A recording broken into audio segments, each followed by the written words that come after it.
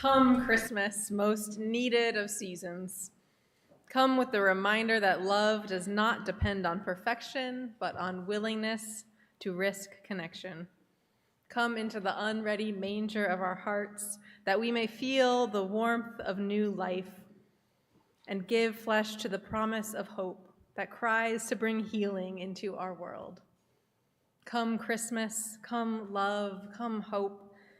Be born in our unready hearts on this silent and holy night. We light our chalice this night as both a promise and a prayer, that this flame may connect and inspire us tonight and in all the nights to come. Let us begin our worship together with joyful singing. I invite you to please stand, if standing is comfortable for you, and join in singing hymn number 235 in our gray hymnals, Deck the Halls with Boughs of Holly.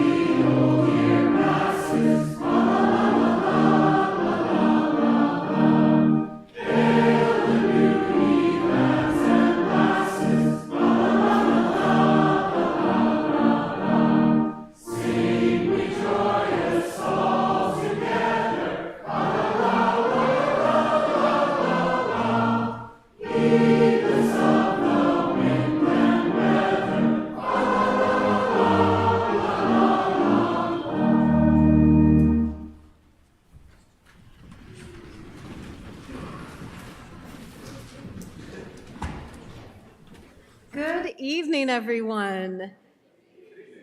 Welcome to the Unitarian Universalist Church of Urbana-Champaign. We are a people of many different ages, histories, bodies, genders, identities, and beliefs. And we are united in our commitment to our mission to build community, seek inspiration, promote justice, and find peace. My name is Reverend Beth Monholland. My pronouns are she, hers, and I have the deep joy of serving as the lead minister to this congregation alongside our associate minister, Reverend Sally Fritchie. We are so delighted you have joined us this evening for our Christmas Eve service. No matter what age you are, no matter if this is your first time with us, and if it is your first time, welcome, or your 10,000th time. We trust that this night will bring you what your heart needs. If you need to move around, to keep your hands busy, to get the wiggles out, no matter your age, you are welcome to do that. And if you truly want to keep your hands busy, we do have coloring packs that anybody, whether you're, Emmeline, how old are you?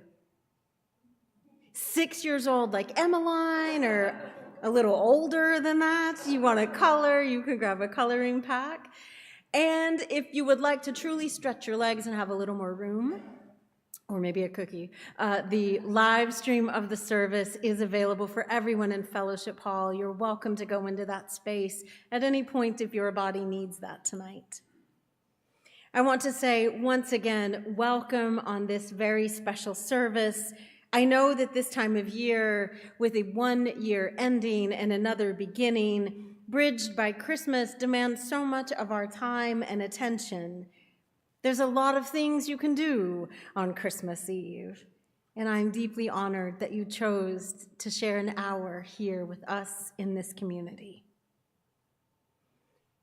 And so, because it is Christmas, because we are together, and because I do believe that singing makes everything just a little bit better, please join us, rise in body or spirit, for our first hymn, led by our fabulous choir director, M.R., O Little Town of Bethlehem. It's number 246.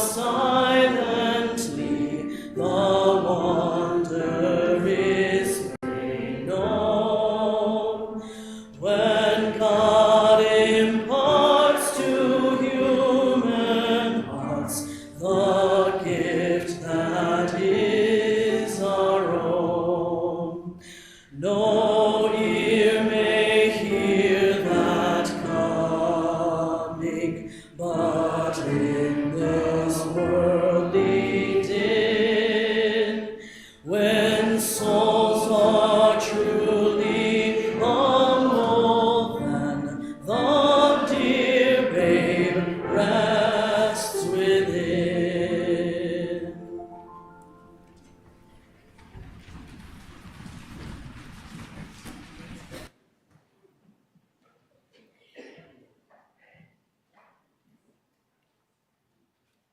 little town of Bethlehem. The official winter solstice happened just a couple of days ago here on our little corner of the planet, the longest night turning as our world spins, as it always does, towards day. The observation of the solstices is ancient as we people who looked up at the sun and the stars, who built fires in the night and told stories to each other. And one such story that we told over and over across the planet, across time, at winter solstice is that light, that hope is always possibly reborn. And because that was an ancient story, an ever-present story for so many people, it makes sense then when Christians started marching across the globe, sharing their good news, that they decided as they encountered people who were honoring the birth of new life at the winter solstice, that they would say, hey, we've got a story like that, so why don't we tell our Christ story at your winter solstice, and our Christ Mass and your Yule can become one. Getting people in to hear your story sometimes means being able to hear theirs and to hear how there is resonance between them. And the details of a story can change over time. The details of where the baby was born and when, what empire they might have been fighting, the kind of hope and promise that they brought, that changes across time, across cultures. But the idea that hope, even in the darkest of nights, is shining, that somewhere in some little town in Bethlehem or in some corner of your heart, there might be an angel singing to remind you that stories matter. And so because it is Christmas here, even though we are not, Christian per se, some of us are. Some of us hold that little story of Jesus deeply, wholly in our hearts. I love the metaphor of it. And so tonight, as people all across the planet are, we're taking time to tell the story of a simple little baby bringing promise. And so I want to share a version of that story with you as adapted with some liberties from the Gospel of Luke. It may be familiar to you, but in the Gospel of Luke, it says something like this.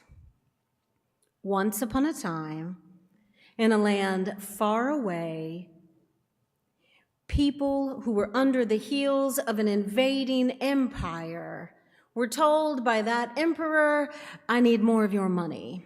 So please go back to where you are from so that you can be counted and we can collect more taxes because I, Caesar Augustus, need a little bit more.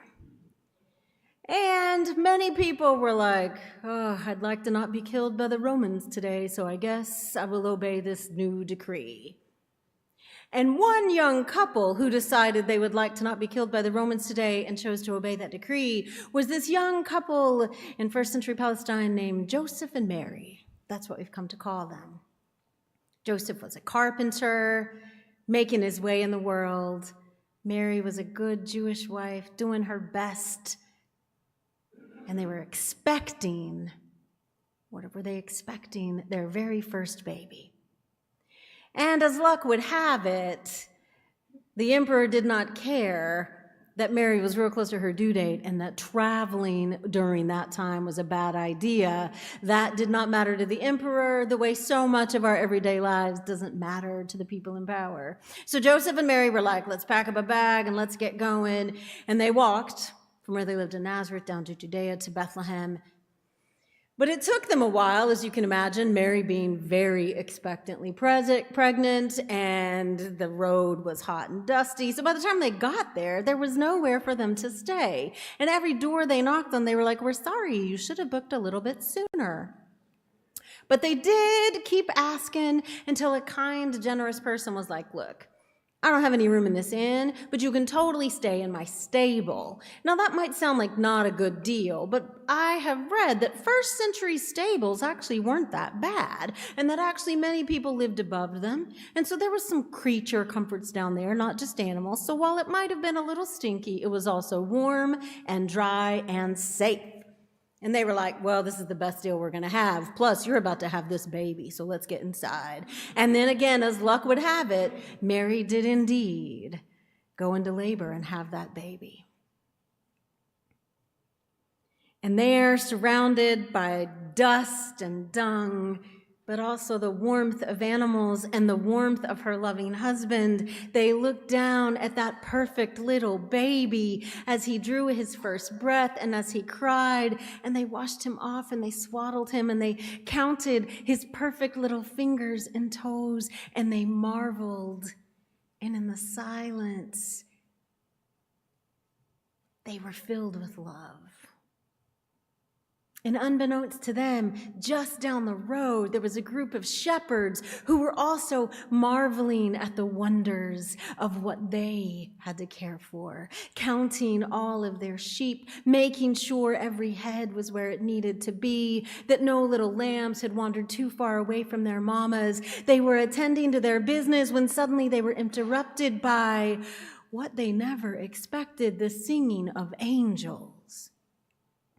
And they were a little freaked out, everybody, and they were like, "Oh, my Lord, what's going on?" And the angel said, "Hey, don't be afraid. Don't be afraid, because I bring to you good tidings of great joy. Glory to God in the highest, and on earth peace, goodwill to all people." And those two stories of a young mother and father struggling to get by and welcoming with joy that baby, and a group of shepherds attending to their business, doing what they needed to do, being interrupted and reminded that there is beauty and holiness if only we pause, that even in the mundane of our lives there might be, for any of us, angels singing. And with that bit of story, we want to bring it a little more alive. So Reverend Sally is going to help us out with that. So Reverend Beth and I, when we went to seminary, we got to learn about the history of things like Christmas pageants and nativity scenes. And one thing we learned is that they were often a way to embrace the dramatic role reversal at the heart of the Christmas story. A story where the all-powerful and mighty God takes the shape of an itty-bitty little helpless baby. So in these old medieval nativity plays, the local nobility would put on rags and play the role of the shepherds. The lowly farmers would play the holy family of Mary and Joseph, or the rich, wise men come from afar.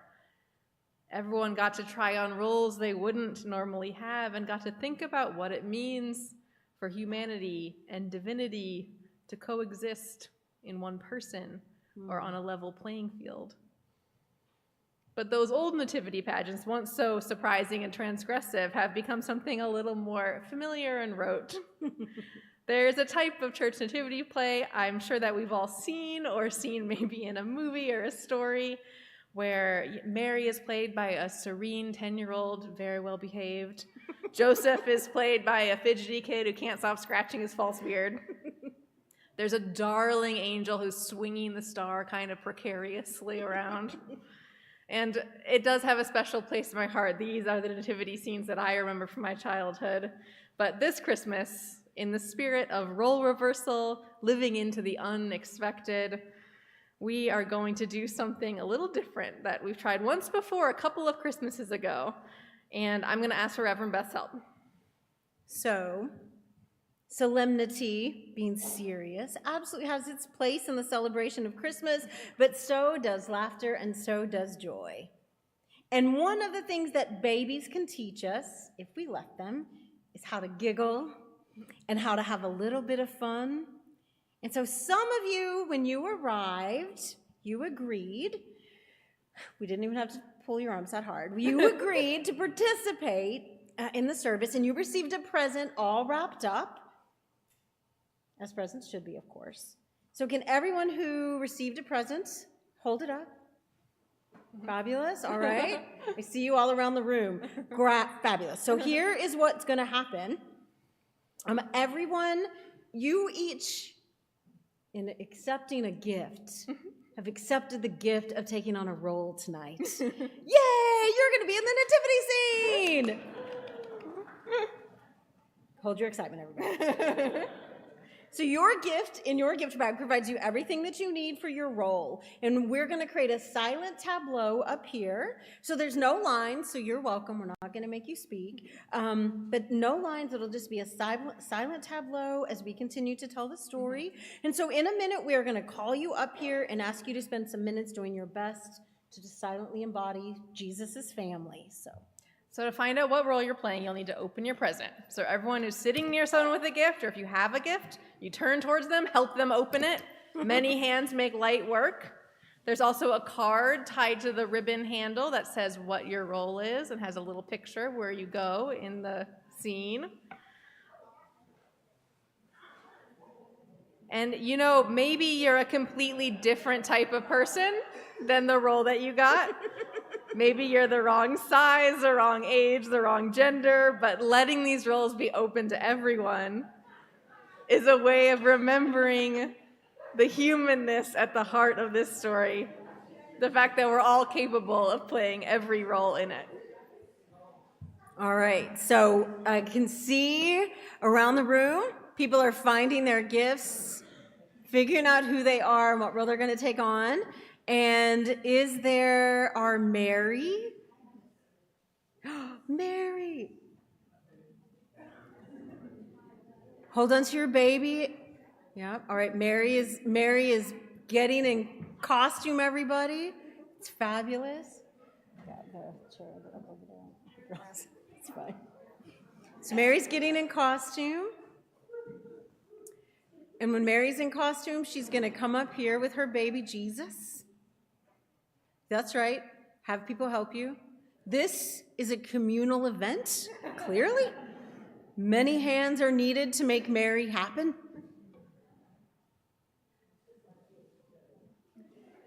Mary, come on up. Sit next to your little manger with your baby. Thank you. Thank you, Mary. I present to you your Mary. And we all have something in common with Mary's humanity. Even if we don't fit the mold of what we might expect the mother of God to be. And so, Mary, you are a young mother.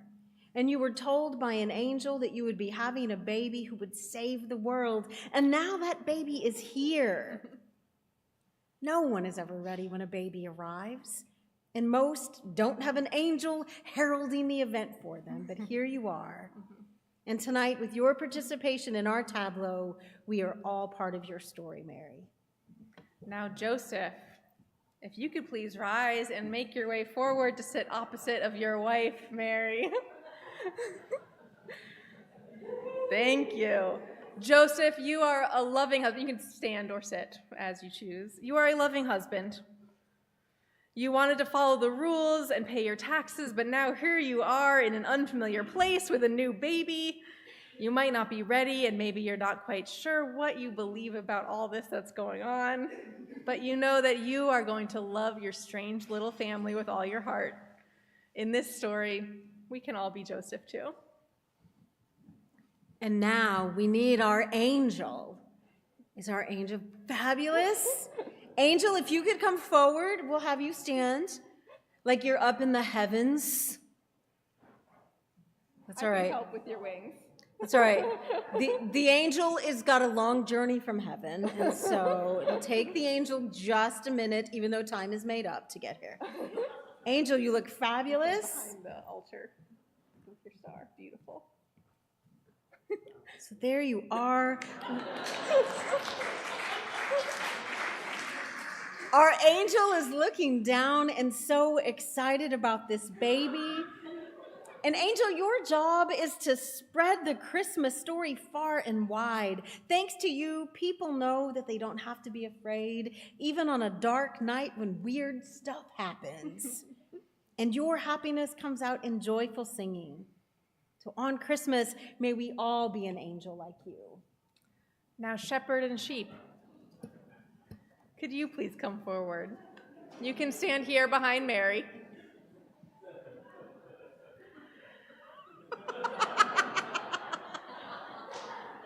This is acting. The sheep got lost. Okay, I'm a shepherd. Here you go, shepherd, a staff for you. So, shepherd, you were an ordinary person. Sheep, you were an ordinary sheep. You were minding your own business in the fields when someone unexpectedly made you a part of this story. And I think everyone who comes up to the chancel tonight can relate to the shepherds and sheep right now. Maybe you're a little nervous, a little confused, but it's Christmas, and we can't help but also be excited about a strange night like tonight. Mary and Joseph had at least a few other visitors, including a wise person. So could our wise person please come forward? Oh. Fabulous. You are a powerful and wise elder. You're older than everybody here. And maybe you even think you're one of the most powerful and wise people in the whole world. It's a possibility. But on Christmas, you realize there are still things you don't understand, and that this tiny baby might be even more powerful and wise than you. Thank you, wise person. Now, if there's anyone left out there who didn't get a chance to volunteer and who wishes now that they could come up and be part of our scene, you are allowed to join us. You can gather here in the aisle and sit to gaze up at the cradle, at the baby, at Mary. Your role is the people of Bethlehem. Remember the song we sang, The Little Town. It was full of people, full of visitors filling those inns, and they too might have witnessed a miraculous birth that night. Now, maybe none of this is how we thought things were supposed to be in the story of Christmas. But isn't there something just wonderful and joyful about it too? Sometimes a story that switches up roles, that takes us by surprise, that might even strike us as silly, can help take something big and serious and put it within our reach. And so it can help us think about things in a different way, and maybe carry the truth a little farther than it would have gone on its own. Now, Mary, Joseph, shepherd and sheep, wise person and angel, and all the people of Bethlehem, we're almost done up here, I promise. You're doing a great job. But first, you all out there might think that you don't have a role in all of this, but you do. You will be the chorus of angels, singing Gloria in Excelsis Deo at the birth of this tiny, important baby. Our wonderful Christmas tableau will remain still and silent while we sing, so pick a pose that you feel embodies your character in this, maybe looking at the baby, looking at your loved ones here next to you, looking at your beloved sheep. And we are going to join in singing. We're going to join in singing the first two verses of Angels We Have Heard on High while you stand here and embody the Christmas story for us. So please rise if you're comfortable doing so and join us in celebrating this gorgeous story.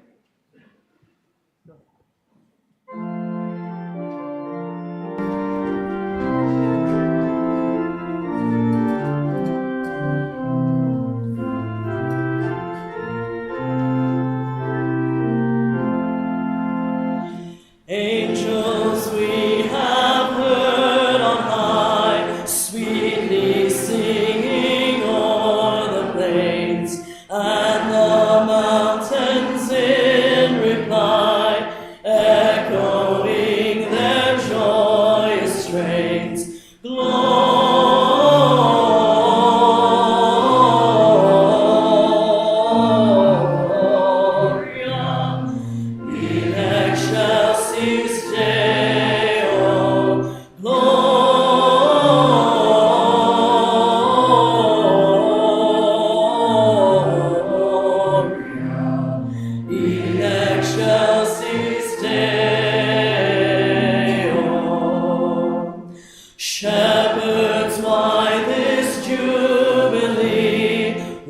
cry these songs of happy cheer? What great brightness did you see? What glad tidings did you hear? Gloria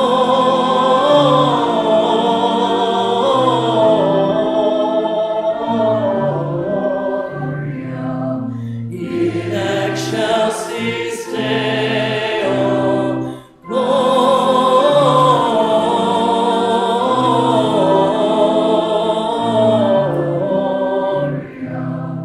in excelsis Deo.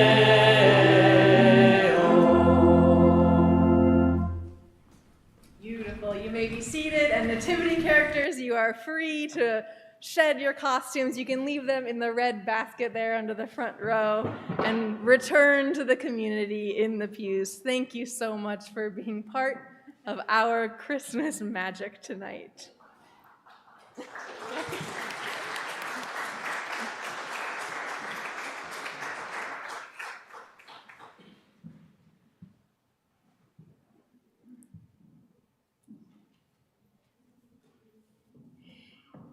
The Reverend Dr. Howard Thurman, who was an amazing 20th century theologian and just a really cool guy. You should read his work. He also talked about how important it is for each of us to think about where we are in that Christmas story. What is a way that little ancient story that's been told in so many ways might still be present for us. And he encouraged us, as this reading is titled, to consider the singing of angels. So I offer you Dr. Thurman's words.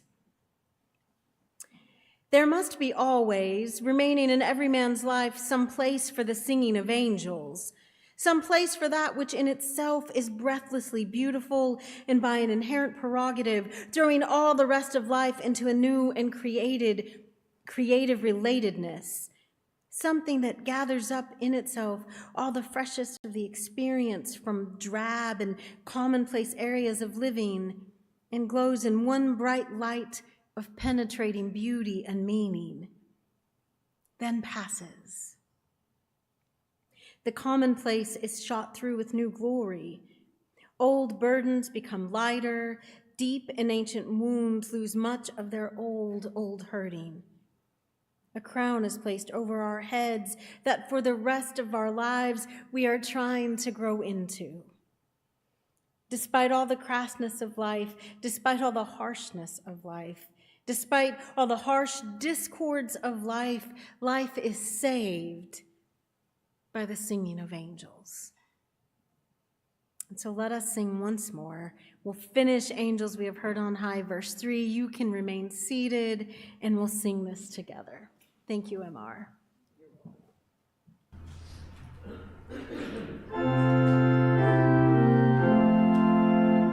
See him in a manger laid, whom the angels praise above. Mary, Joseph, lend your aid, while we raise our hearts in love. Gloria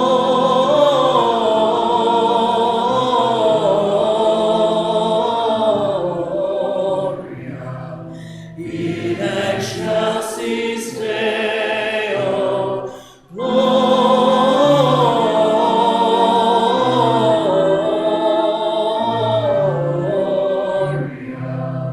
in excelsis Deo.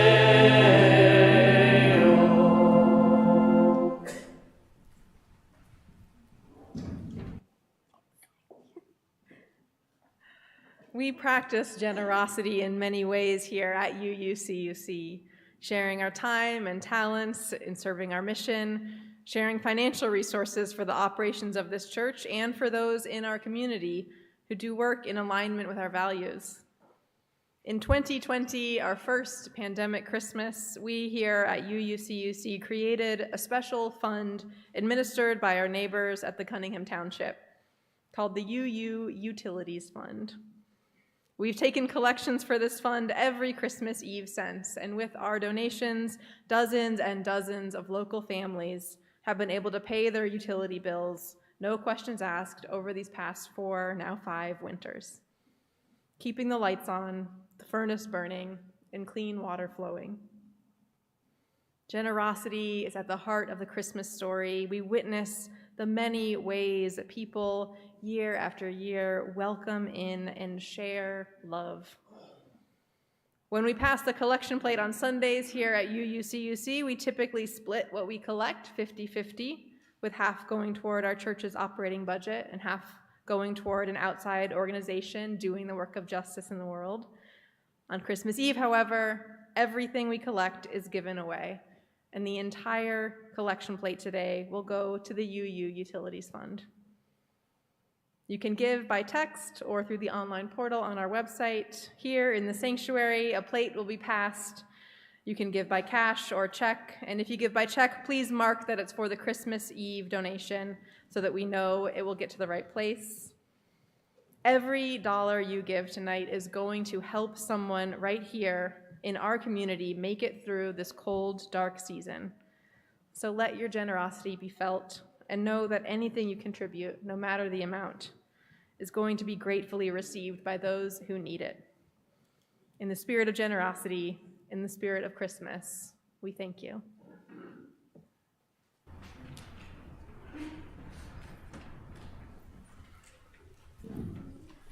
The composer of this work is Nick Page. I omitted that from the program, and I apologize, Nick Page, if you're watching the UU Christmas Eve service.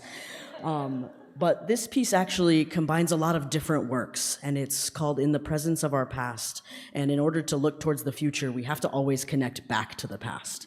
So you'll hear Albert Tinley's The Storm is Passing Over, you'll hear Amazing Grace, and you'll hear Swing Low, Sweet Chariot, in addition to Nick Page's original text.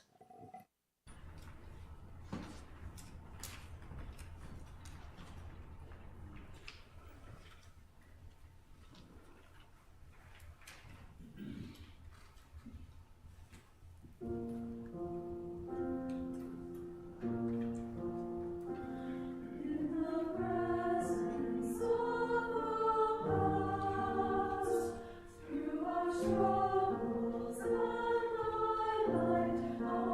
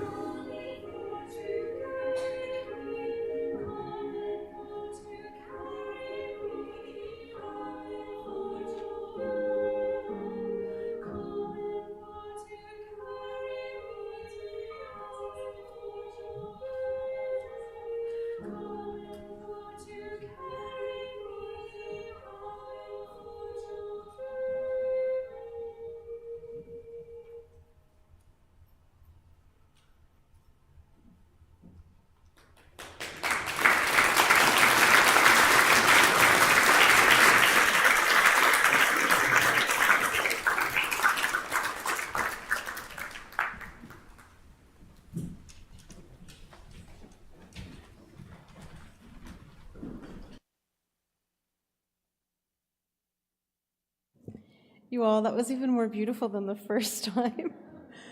Thank you. Actually, I got a little teary-eyed.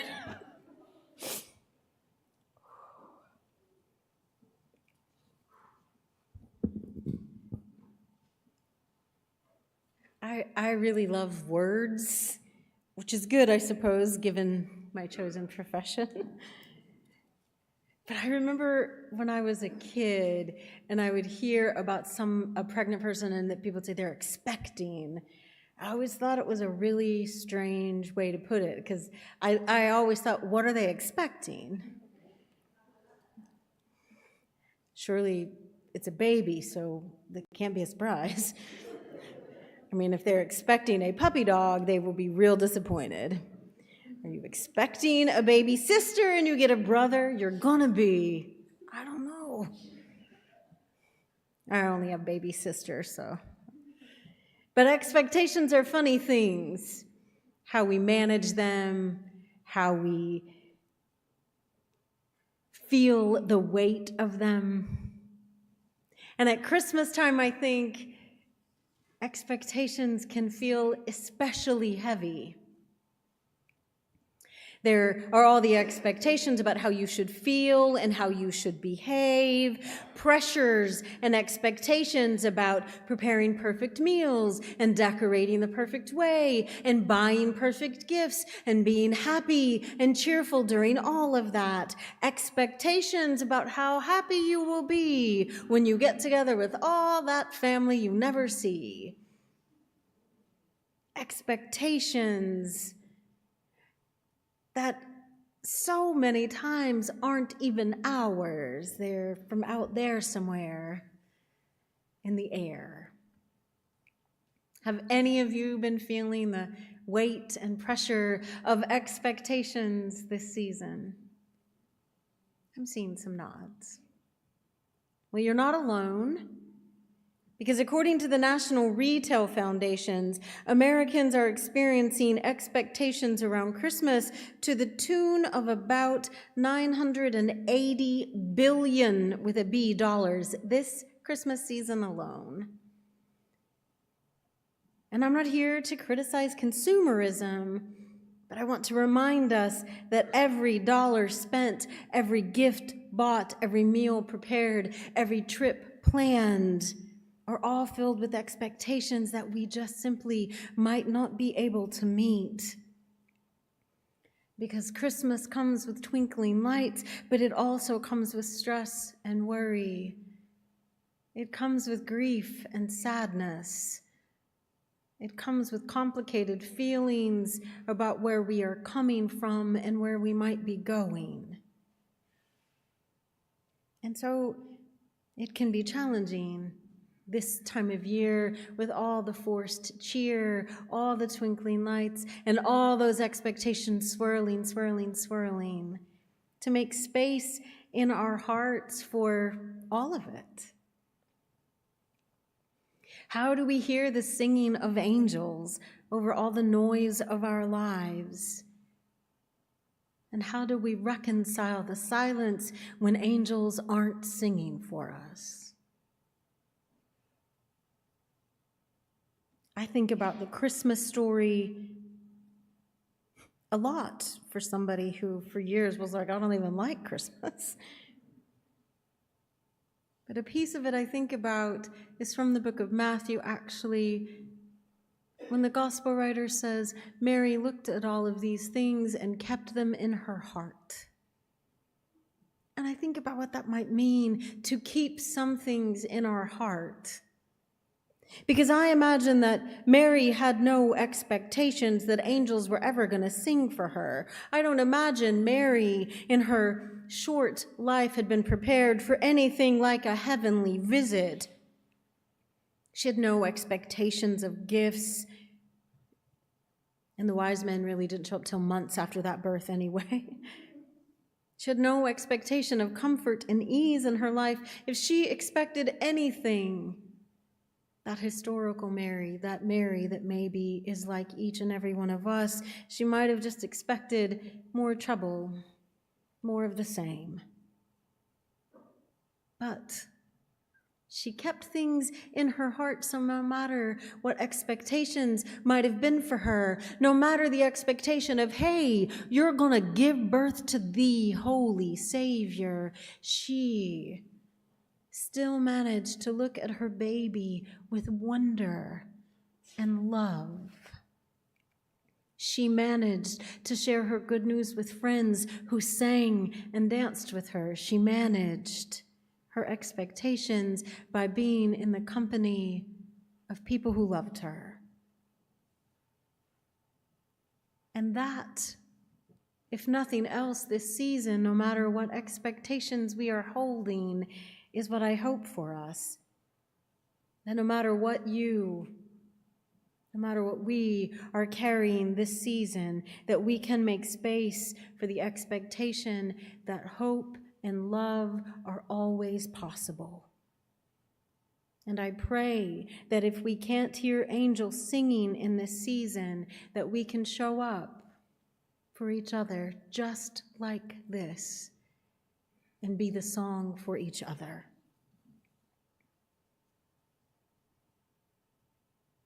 I pray that when we hear the angels singing, that we know it's from our deep, deep connections. That is the holiest of miracles. And that happened in that long ago Christmas story, and it can happen right now. So we will sing together one more time that story, and know it is a metaphor for who and where and what we are here today. Rise in body or spirit for singing It Came Upon a Midnight Clear, number 244. I'll keep it for you. Yes, please.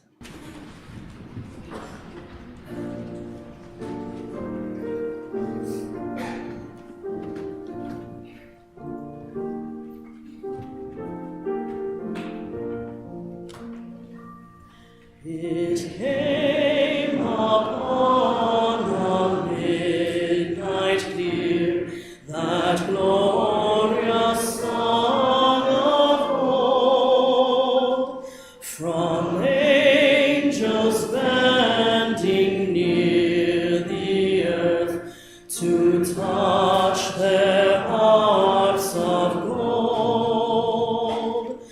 Peace on the earth to all goodwill, from heaven the news we bring. The world in solemn stillness lay to hear the angels sing. Still through the cloven skies they come, with peaceful wings unfurled, and still their heavenly music floats o'er all the weary world. Above its sad and lonely plains they bent on hovering wing, and ever o'er its babel sounds the blessed angels sing. But with the woes of war and strife, the world has suffered long.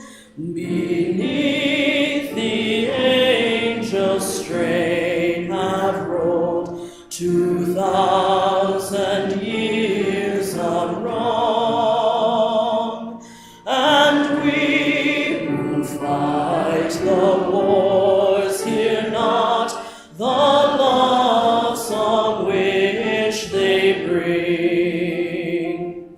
Oh, hush the noise of battle strife, and hear the angels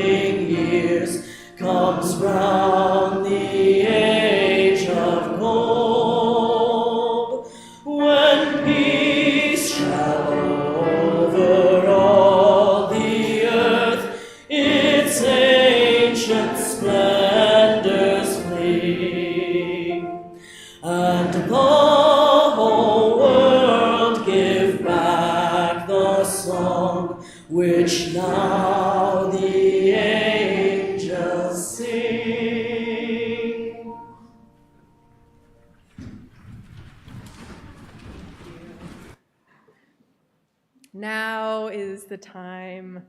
Now is the time when we each take our little candles, hold on to the light of Christmas, reflect on all that this year has been, all that next year can be, and sing together the classic Austrian carol, Silent Night. Freed from all the roles that history has heaped on them, we imagine Mary and Joseph simply as two new parents, staying awake and gazing down at the miraculous bundle of their sleeping newborn. How dark the night must have been, how brilliantly the stars must have shone. And around the world tonight, congregations are gathering by candlelight to sing and rejoice in this ancient story. We take part in this old tradition in this place and this time. We will be entrusted with sheltering these flickering lights in the dark, passing their warmth outward into the world. Allow me to explain what we'll do here tonight. From our chalice flame, we'll bring that light down to the light bearers who will walk carefully down the middle aisle to deliver the light of Christmas. In each row, the light will spread candle to candle as we tip our unlit candles to meet our neighbor's flame. Remember, even the astonishing miracle of new life should not be celebrated by dripping hot wax on your neighbor. So remember, as the light gets passed, you tip the unlit candle and hold the lit one perfectly straight up and down. And who will carry the light of Christmas out into our congregation today? We've adopted an old New England tradition that the youngest babies and toddlers of our church can bear the light of Christmas best. By placing that sacred responsibility on such young shoulders, we honor the spirit of Christmas when a tiny baby is called king, and those with the least power among us are suddenly in the spotlight of our love and attention. So anyone who is 7 years old or younger and wants to help carry the flame out today, I invite you up here to in front of the altar where Reverend Beth will help you light your candles. Be sure to bring a candle, and if you would like to bring a parent or sibling with you, that is okay too. You don't have to come alone. I see people making room, people making their way up. Nice.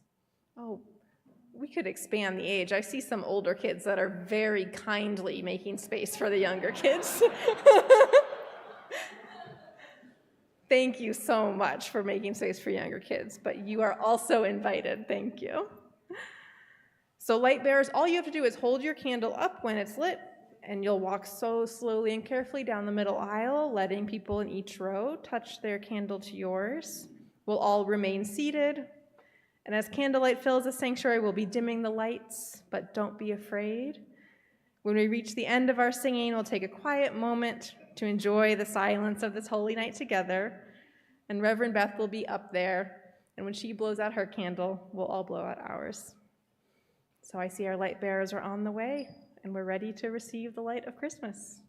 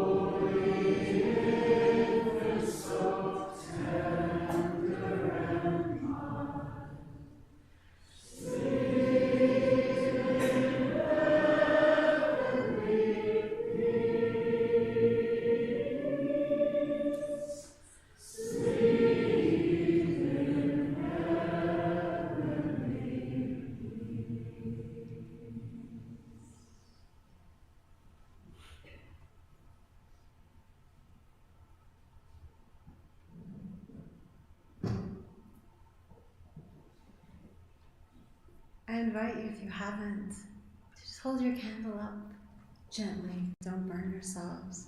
And look around the room. Look at the beautiful light we make together. And trust that this light, this little symbol of light, like that story, which is just a metaphor for all the stories, that light keeps shining even when we cannot see it. May we be each other's light in the dark.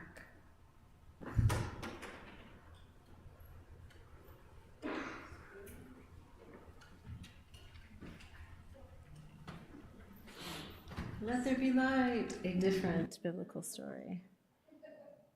Hold on to your candles. There's a space just in the doorway, like where you picked them up, where you'll be able to put them gently back down. Just, we'll let the wax cool a bit. And with that bit of housekeeping, thank you all. Thank you for sharing your Christmas Eve with us. May whatever expectations you are holding right now, may this hour have given you a bit of respite, and may whatever respite and peace you have found, may you carry that with you now out into this Christmas Eve night. Thank you all. I'll extinguish our chalice, and we will close with a rousing rendition of, I already forgot what we're singing. Joy to the world. I was like, it's something joyful, and that's joy to the world. Please rise in body or spirit.